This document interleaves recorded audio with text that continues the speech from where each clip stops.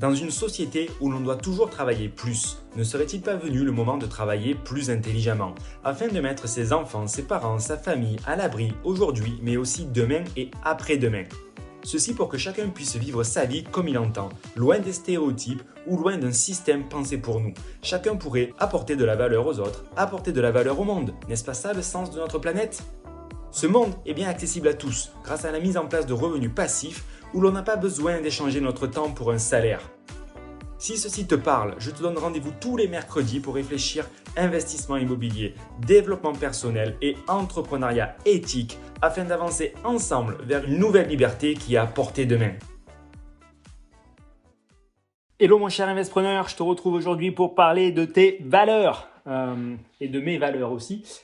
Comme d'hab, je te rappelle que tu peux accéder à un livre qui reprend tous les sujets de ces podcasts un peu plus dans les détails pour que tu avances toi aussi vers plus d'épanouissement, plus de liberté, plus d'indépendance, plus d'enrichissement, enrichissement au sens propre avec du coup du cash flow et de l'épargne, mais aussi de l'enrichissement spirituel, de l'enrichissement en dev perso, de l'enrichissement en temps, parce que c'est ça qui compte au final, je pense.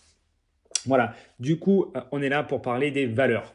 Pourquoi? Parce que si tu veux avancer sur ces sujets-là, et même si tu penses que tu es préoccupé que par l'argent, crois-moi, l'argent, c'est pas forcément ce qui te préoccupe au final. L'argent, c'est un moyen. C'est comme l'immobilier, c'est un moyen pour avoir de l'argent. Mais l'argent, c'est un moyen pour avoir autre chose. Et donc, du coup, au final, quand tu commences à réfléchir à tout ça, ben, on se pose des questions. C'est quoi le autre chose? Enfin, moi, du moins, je fais partie des gens qui se posent beaucoup de questions. Et du coup, je te partage ça. Mais du coup, voilà, c'est bien de comprendre pourquoi est-ce qu'on fait les choses. Tu vois, moi, j'en suis arrivé au final. Ouais, j'avais de l'argent quand j'étais en CDI, mais du coup, j'avais pas de temps. Du coup, ça m'allait pas. Je pouvais pas allouer mon temps sur ce qui m'importait. Donc, du coup, j'ai trouvé le véhicule de l'immobilier. Ça m'a permis de faire du cash flow. Après, j'ai le véhicule de la société. Ça me permet d'aider, d'apporter de la valeur. Et du coup, là, on commence un peu à cibler et à parler des valeurs. Pourquoi est-ce qu'on fait tout ça?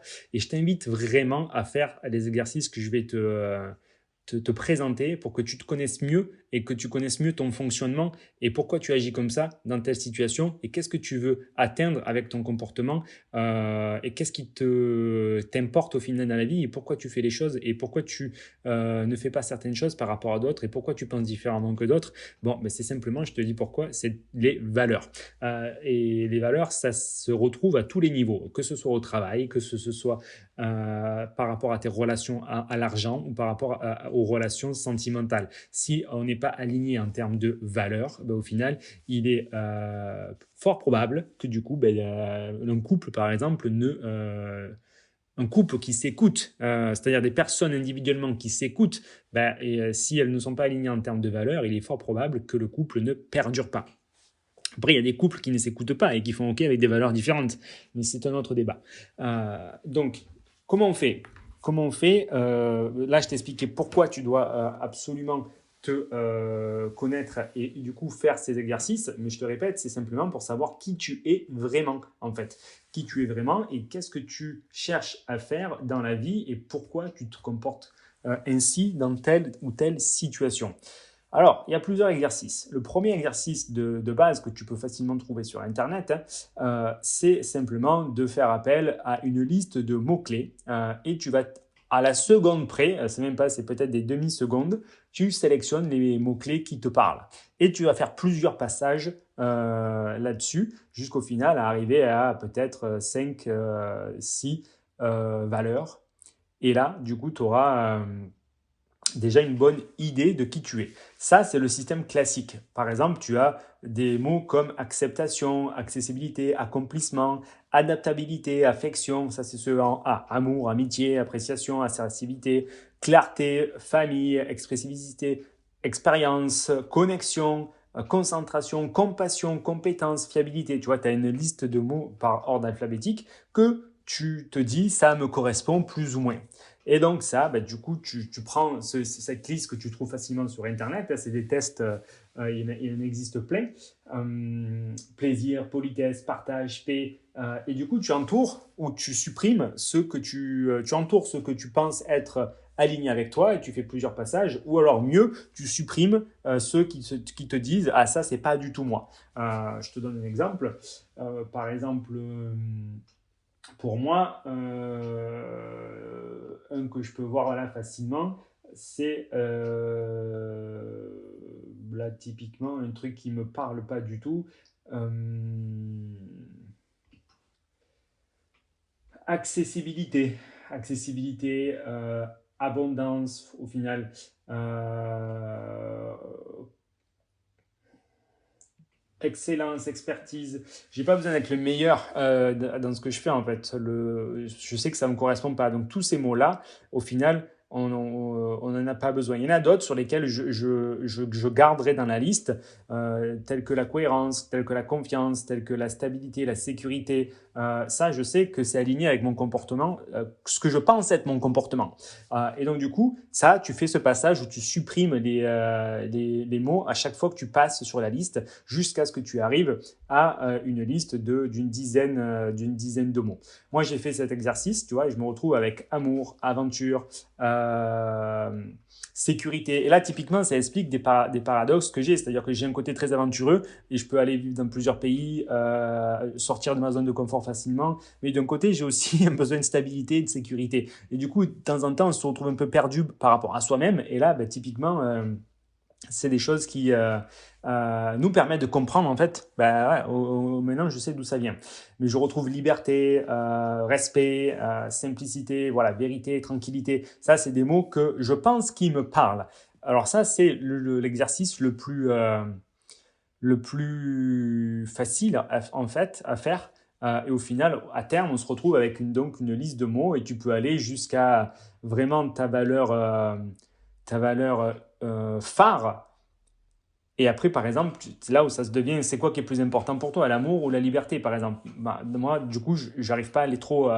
Je redis liberté, mais au final, c'est que ce que je pense. Et au final, je ne sais pas réellement si ce que je pense est la vérité.